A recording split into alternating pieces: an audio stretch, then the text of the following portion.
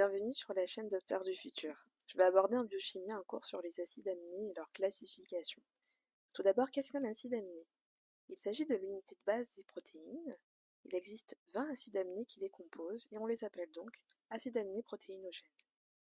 Concernant leur rôle, étant donné qu'ils ont une fonction structurale pour les protéines, ils ont donc un rôle de structure, mais aussi un rôle métabolique pour la production d'énergie sous forme d'ATP, ou un rôle de précurseur pour certains neurotransmetteurs et certaines hormones.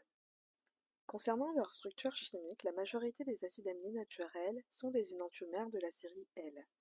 Je vous invite à visionner la vidéo sur les glucides qui définit la notion d'énantiomérie et de dissymétrie moléculaire. Par ailleurs, un carbone asymétrique est présent, qui va porter un acide carboxylique et une fonction amine primaire, un amine primaire étant une fonction NH2 portée par un carbone.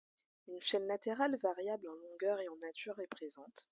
Cette chaîne permet de classifier les acides aminés selon leur polarité, c'est-à-dire le degré d'hydrophobicité ou d'hydrophilie, une classification aussi en fonction de leur charge à pH physiologique permet de les distinguer en suivant qu'ils soient positifs, négatifs ou neutres, et pour finir, une classification en fonction de la structure de la chaîne latérale, en fonction des espèces chimiques qui sont dites non aromatiques ou encore appelées aliphatiques. Il y a aussi les aromatiques ou les soufrés. On distingue donc les acides aminés apolaires, des polaires neutres, et des polaires chargés. Les acides aminés apolaires sont composés d'une famille dite aliphatique et d'une autre qui est aromatique. Globalement, ils ont pour particularité d'être hydrophobes, qui signifie qu'ils n'aiment pas l'eau, notamment dû au fait qu'ils ont une chaîne hydrocarbonée. Au niveau des apolaires aliphatiques, c'est-à-dire non aromatiques, la glycine est un acide aminé achiral, étant donné qu'il ne présente pas de carbone asymétrique. Remarquez qu'il existe une nomenclature en code 3 lettres ou une lettre, donc suivant vos enseignants, on vous demandera d'apprendre une des deux appellations.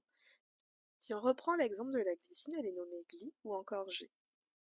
L'alanine, valine, leucine et l'isoleucine sont plus ou moins hydrophobes, notamment dû à la présence des hydrocarbures sur leur chaîne latérale, que vous pouvez voir en jaune.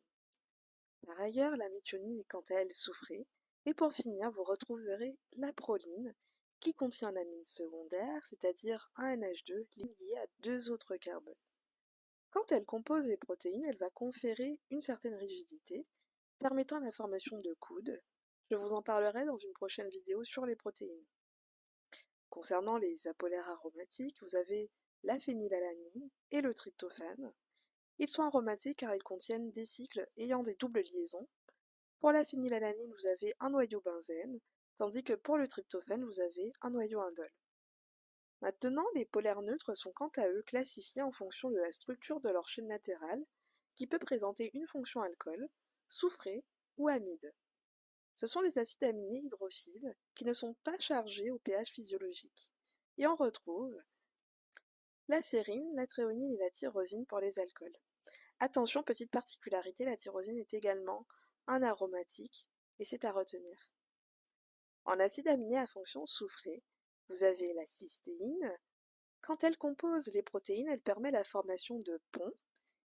Il s'agit de ponts disulfure, notion que j'aborderai sur une prochaine vidéo sur les protéines. Pour finir, l'asparagine et la glutamine, ce sont des acides aminés à fonction amide chez les polaires neutres. Pour les polaires chargés, ils ont une fonction acide ou basique. Ce sont des acides aminés hydrophiles et chargés au pH physiologique. Les acides aminés à fonction basique seront chargés positivement, tandis que ceux présentant une fonction acide seront négatifs. On retrouve donc au sein des polaires chargés l'aspartate appelé aussi acide aspartique, le glutamate appelé aussi acide glutamique. Ce sont des acides aminés aux fonctions acide carboxylique. Pour l'histidine, l'arginine et la lysine, ce sont des acides aminés à fonction basique.